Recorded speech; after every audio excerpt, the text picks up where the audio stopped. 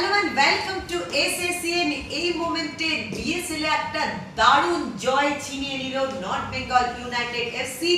এক গোলের ব্যবধানে হারিয়ে দিল এফসি মেদিনীপুরকে।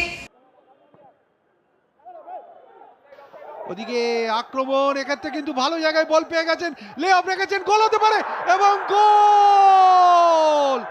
ডেভিড মোটলা গোল করে দিলেন অ্যামোসের মাইনাস থেকে। ডেভিড মোটলা, এবং এক্ষেত্রে যে ব্যাক মাইনাসটা হয়েছে সেটা কিন্তু পুরো সেন্ট্রাল ডিফেন্সকে একদম উন্মুক্ত করে দিয়েছে, ওপেন করে দিয়েছে।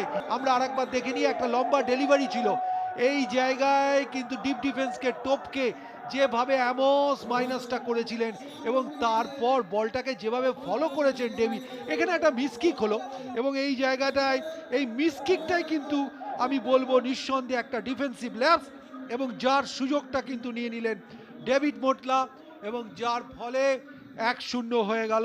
ম্যাচ আমরা দেখলাম বিএসএল স্টুডিওতে বসে। সৈয়দ রহিম নাবি ছিলেন ভারতের প্রাক্তন তারকা জাতীয় ফুটবলার এবং সৌমিক দে ভারতের আরেকজন প্রাক্তন তারকা জাতীয় ফুটবলার। ম্যাচ দেখলাম, হাড্ডাহাড্ডি ম্যাচ ছিল। এফসি মেদিনীপুরও যে কোনো সময় স্কোর করে বেরিয়ে যেতে পারত। বলা যায় যে তুল্যমূল্য লড়াই হয়েছে, তাই নয় কি? নিশ্চয়ই, যেটা ফার্স্ট হাফও দেখলাম এবং সেকেন্ড হাফও দেখলাম, 50-50 ম্যাচ।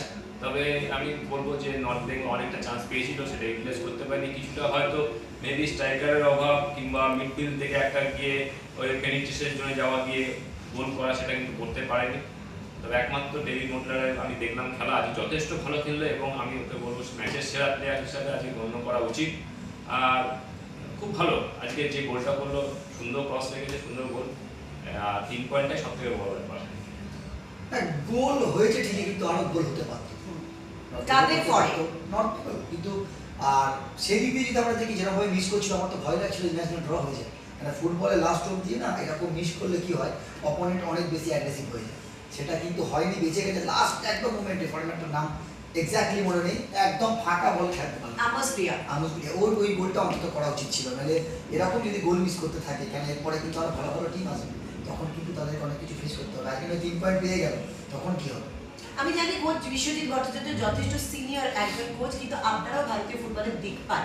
তো আপনাদের কি মনে হয় যে নর্থ বেঙ্গল ইউনাইটেড এফসি তারা কিন্তু এখনো সুপার 4-এর লড়াইয়ে রয়ে গেল, তো আজকে সেই ম্যাচের পরে তাদের যদি এগোতে হয়, সুপার 4-এ আসতে হয়, কি করতে হবে?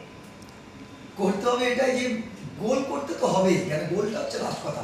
কেন এখানে পয়েন্টের ব্যাপার আছে, যেখানে ড্র করলে তুমি 1 পয়েন্ট পাবে, তুমি পিছিয়ে যাবে। তো সেই দিক থেকে আমি বলবো বিশ্বজিৎ যখন ওখানে আছে, তার সঙ্গে সুলে মুসা আছে, আমার মনে হয় আরও বেশি, যেটা আমি আর শ্রমিক বারবার আলোচনা করছিলাম, উইং থেকে যে যখন ক্রসগুলো করছে না, এইগুলো আরও বেশি ফোকাস করতে হবে এবং তার সঙ্গে একটা মিডফিল্ডকে ওখানে আরও বাড়াতে হবে স্ট্রাইকারের সঙ্গে। যখন ডান দিক থেকে ক্রস করছিল আর রিকি যখন ক্রস করেছে, আমরা দেখেছি বাঁ দিকে মানে উইংটা কিন্তু ঢুকছে না, ওকে ওখানে ফোর্স করতেই হবে। প্লাস তার সঙ্গে একটা মিডফিল্ডার, তাহলে 3 জনকে থাকতে হবে স্ট্রাইকারের সঙ্গে, 3টে ম্যানকে অ্যাট এ টাইম ওখানে থাকতে হবে, তাহলে কিন্তু এই যে 3টে ম্যান অ্যাট এ টাইম যদি থাকে, তাহলে ডিফেন্সে কি লোক কমে যাবে না সৌমিক? দেখো, এটা ডিপেন্ড করে অনেক সময়। যেমন রিকি এবং ডেভিড যেভাবে দুটো উইং দিয়ে যাচ্ছে, আমি বলবো অবশ্যই স্ট্রাইকার যাওয়া উচিত এবং মিডফিল্ড যে সবসময় উইদাউট মার্কিংয়ে যায়, সেটা গোল করার ক্ষেত্রে স্ট্রাইকার অনেক সময় গোল পায় না, দেখবে মিডফিল্ডার গোল পায়, যেহেতু পেছন থেকে আসে, মার্ক করতে পারে না, ডিফেন্ডারদের পক্ষে খুব অসুবিধা হয়।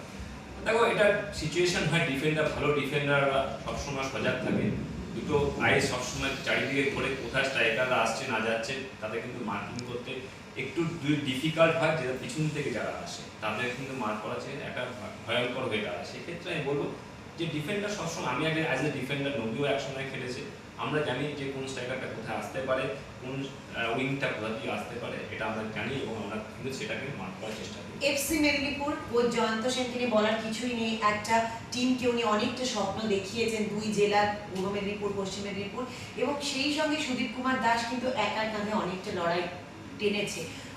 কি বলবেন জয়ন্ত সেন বা এফসি মেদিনীপুর সম্পর্কে? জয়ন্ত সেন চেষ্টা করে যাচ্ছে, আরো ইউনিটি টিম ইউনিটিটা আমি দেখতে পাচ্ছি না তার মধ্যে। আমার কোথাও মনে হয় এই প্লেয়ারগুলোর কোনো কারণে হয়তো ফোকাস হারাচ্ছে, কোনো দিক দিয়ে হয়তো টিমের কোনো খামতি হতে পারে, কোনো প্রবলেম হতে পারে, এগুলো বসে ঠিক করতে হবে। কেন প্রত্যেক 2 দিন অন্তর খেলা, তো প্লেয়ারদেরকে কিন্তু একটু রেস্ট মোটিভেট করতে হবে, রেস্ট দিতে হবে।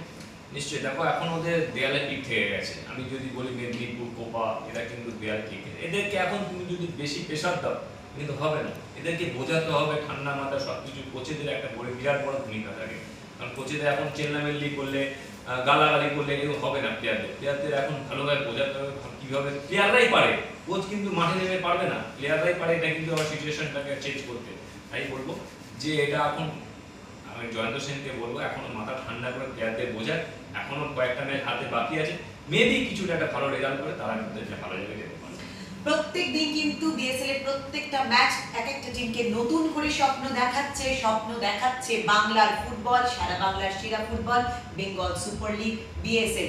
এই ফুটবলের স্বপ্নে আপনিও শামিল হন, এই স্বপ্ন সত্যি সার্থক করে তুলুন। আজকে শেষ করছি, দেখা হবে কাল।